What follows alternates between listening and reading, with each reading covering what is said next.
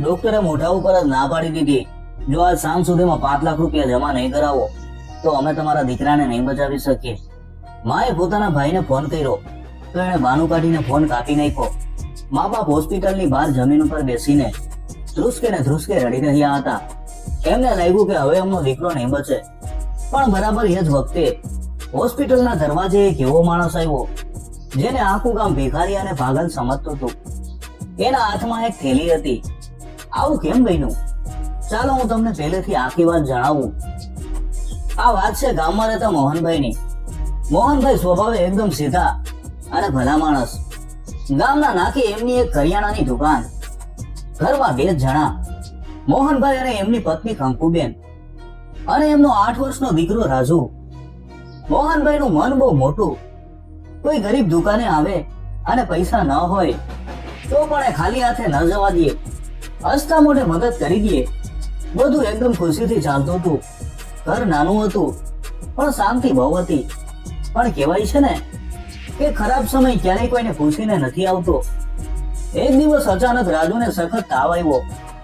પેલા તો કંકુબેને ઘરગથ્થુ ઈલાજ કર્યા પણ તાવ ઉતરવાનું નામ જ નહોતો લેતો. જોતામાં રાજુ બેભાન જેવો થવા લાગ્યો. મોહનભાઈ તરત એને ગામના દવાખાને લઈ ગયા. ત્યારે ડોક્ટરે રાજુને તપાસીને સીધું જ કહી દીધું, આની હાલત બહુ ખરાબ છે, આને મોટી હોસ્પિટલમાં લઈ જવો પડશે.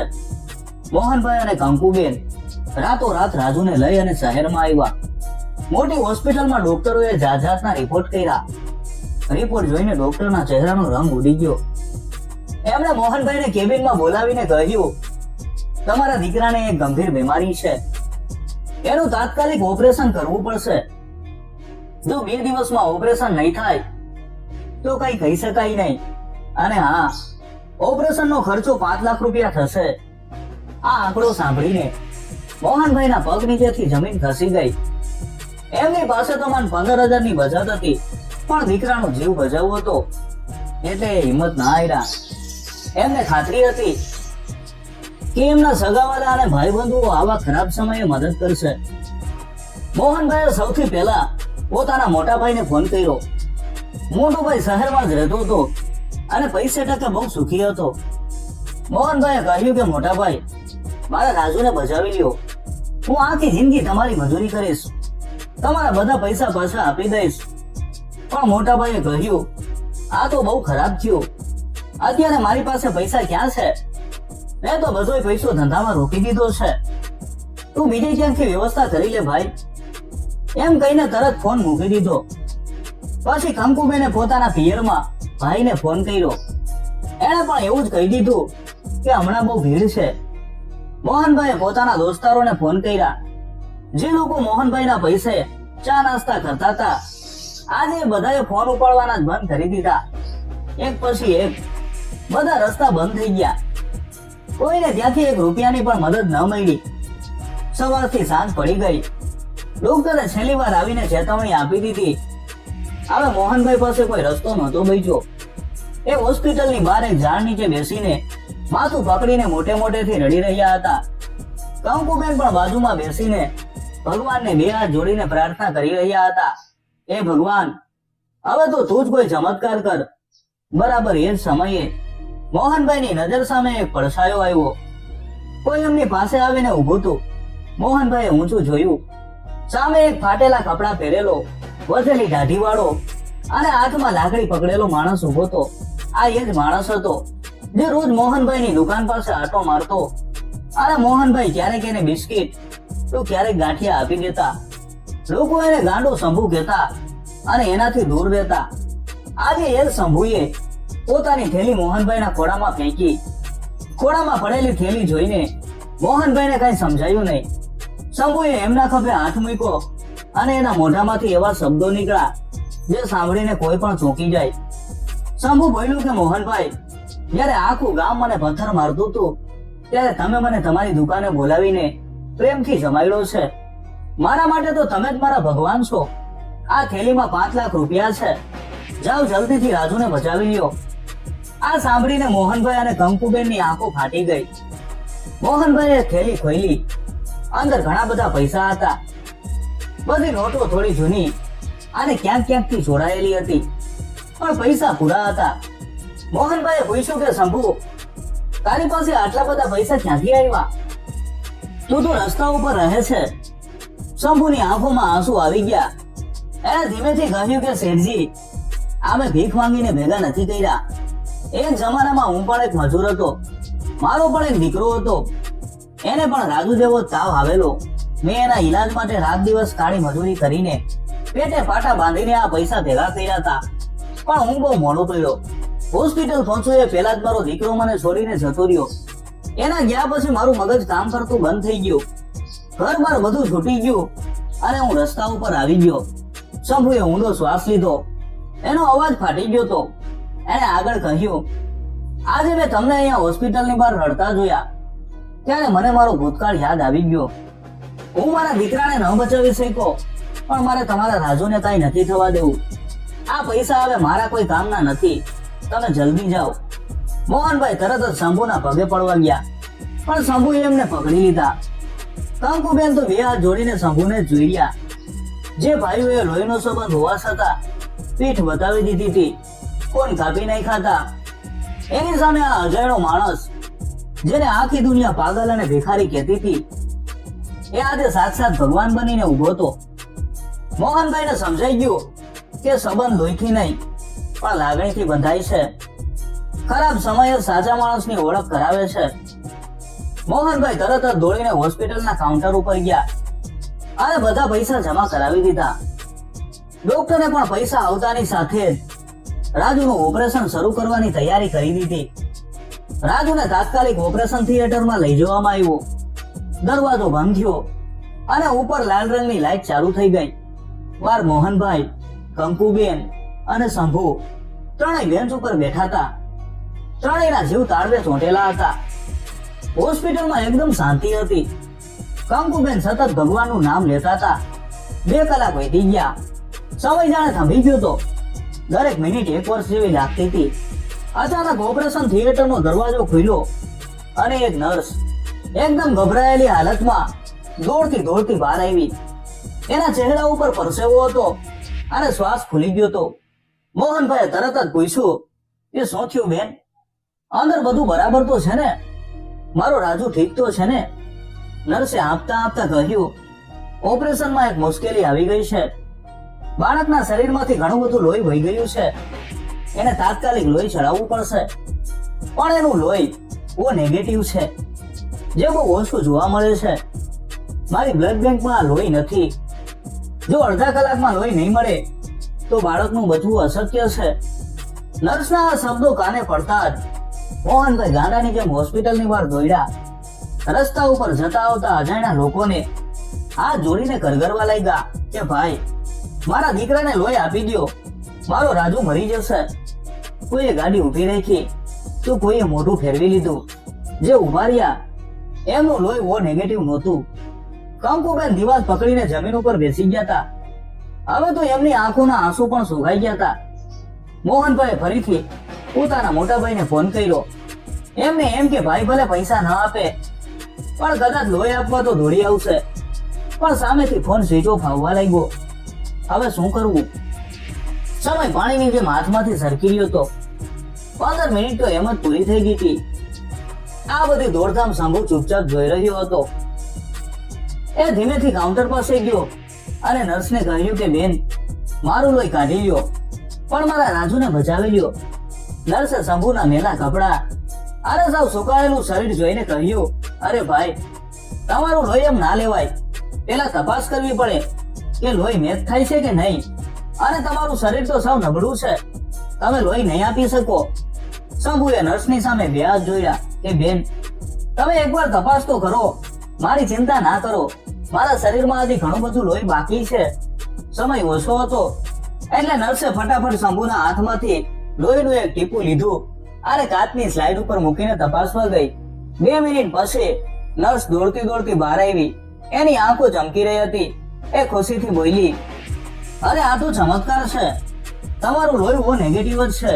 પૂરેપૂરું મેચ થઈ ગયું. મોહનભાઈ અને કંકુબેન આ સાંભળીને દોડી આવ્યા. ભગવાને જાણે શંભુને તેમનો રક્ષક બનાવીને મોકલ્યો હતો. મુશ્કેલીના સમયે પેલા 5 લાખ રૂપિયા અને હવે લોહી પણ ત્યાં જ અંદરથી ઓપરેશન કરનાર ડોક્ટર બહાર આવ્યા. એમણે શંભુને ઉપરથી નીચે સુધી જોઈને ચોખ્ખી ના પાડી દીધી. ડોક્ટરે કહ્યું, આ ભાઈનું શરીર ખૂબ જ નબળું છે. જો આ ભાઈ લોહી આપશે તો એમને ચક્કર આવી જશે અથવા એમનો જીવ પણ જઈ શકે છે. એક બાળકને બચાવવા હું બીજા માણસનો જીવ જોખમમાં ના મૂકી શકું. મોહનભાઈએ તરત જ શંભુનો હાથ પકડી લીધો. ના શંભુ, તે પહેલાથી જ અમારા માટે ઘણું બધું કર્યું છે. હું મારો દીકરો બચાવવા તારો જીવ જોખમમાં નહીં મૂકું. પણ શંભુ હૈસો. એણે મોહનભાઈનો હાથ પોતાના માથા ઉપર મૂક્યો અને ગળગળા અવાજે કહ્યું કે શેઠજી, જ્યારે આખું ગામ મને પથ્થર મારતું અને હું ભૂખો રસ્તા ઉપર પડ્યો રહેતો, ત્યારે તમે મને પ્રેમથી રોટલો ખવડાવ્યો છે. મારા પોતાના દીકરાને તો હું ન બચાવી શક્યો, પણ આજે જો મારું લોહી રાજુના કામમાં ન આવ્યું તો આ ભિખારીની જિંદગી શું કામની? મને કઈ નહીં થાય, તમે મને લોહી આપવા દ્યો. આ શંભુની છેલ્લી ઈચ્છા છે. શંભુની જીદ અને એના આંસુ આગળ ડોક્ટરે ઝૂકવું પડ્યું. શંભુને બાજુના એક રૂમમાં બેડ ઉપર સુવડાવવામાં આવ્યો.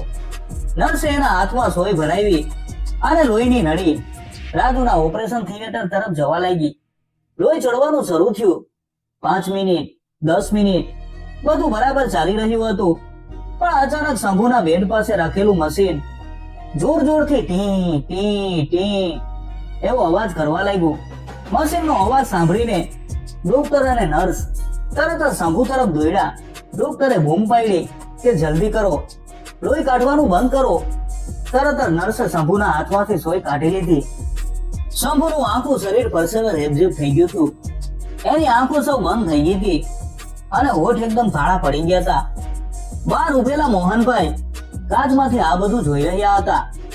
એમની આંખોમાંથી આંસુ વહી રહ્યા હતા. એ ભગવાન, મારા દીકરાને બચાવવા આ ભલા માણસનો જીવ ન લઈ લેતો.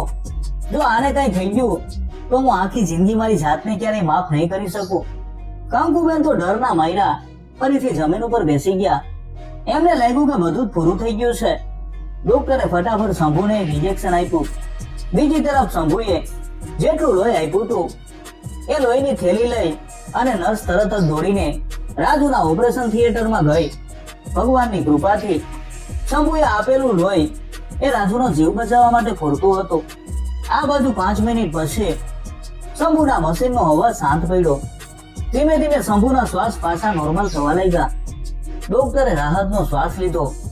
શંભુએ ખૂબ જ ધીમેથી પોતાની આંખો ખોલી. એનું શરીર સાવ ઢીલું પડી ગયું હતું. એનામાં જરાય તાકાત નહોતી.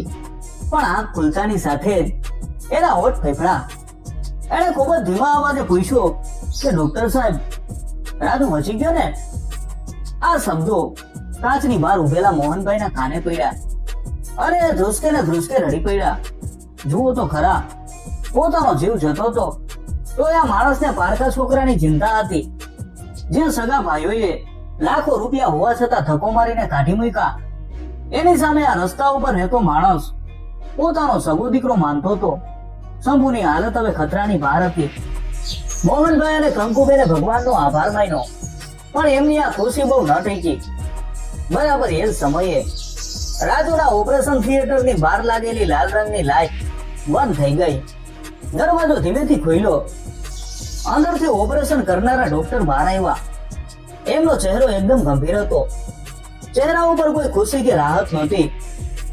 એમણે પોતાના મોઢા ઉપરથી માસ્ક હટાવ્યું અને જમીન તરફ નીચું જોઈ ગયા. મોહનભાઈ અને કંકુબેન તરત જ દોડીને ડોક્ટર પાસે ગયા. મોહનભાઈ ગભરાતા પૂછ્યું કે સાહેબ, ઓપરેશન પૂરું થઈ ગયું ને? મારો દીકરો તો ઠીક છે ને? શંભુના લોહીથી એને હવે સારું થઈ ગયું ને? ડોક્ટરે એક ઊંડો શ્વાસ લીધો. એમણે મોહનભાઈના ખભે હાથ મૂક્યો અને કહ્યું કે મોહનભાઈ, અમે ઓપરેશન તો પૂરું કરી દીધું છે. શંભુભાઈના લોહીએ પણ બહુ મોટું કામ કર્યું છે, પણ એક નવી મુશ્કેલી ઊભી થઈ ગઈ છે. કંકુબેનથી એક મોટી ચીસ પડાઈ ગઈ. કે શું બોલો છો સાહેબ? મારા દીકરાને શું થયું? ડોક્ટરે ધીમા અવાજે કહ્યું, ઓપરેશન સફળ રહ્યું છે, પણ અચાનક રાજુ કોમામાં જતો રહ્યો છે.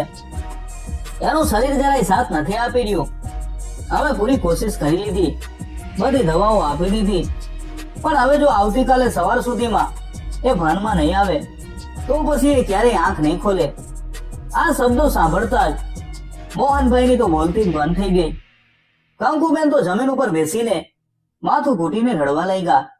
જે ખુશી હમણાં થોડી વાર પહેલા જ મળી હતી એ પલકવારમાં ગાયબ થઈ ગઈ.